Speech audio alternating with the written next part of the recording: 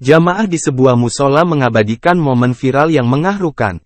Seorang ayah muda terekam menjadi imam sholat fardu berjamaah dengan menggendong bayinya.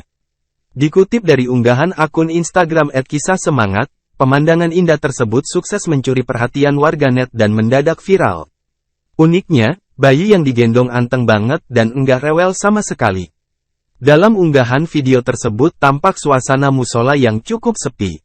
Inilah yang membuat sang ayah muda menggendong bayinya ketika menjadi imam.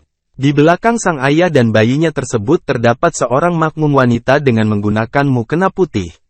Diduga kuat wanita ini adalah istri imam tersebut dan ibu dari bayi itu. Ternyata niatnya untuk melindungi sang buah hati dari hal-hal terburuk di sana saat ditinggal orang tuanya sholat. Momen viral tersebut menjadi sorotan jamaah lain.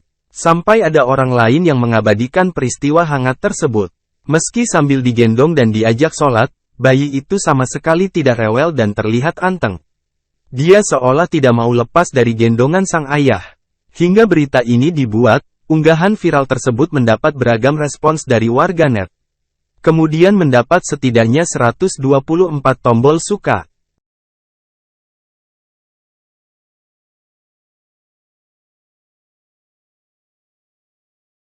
Terima kasih sudah nonton.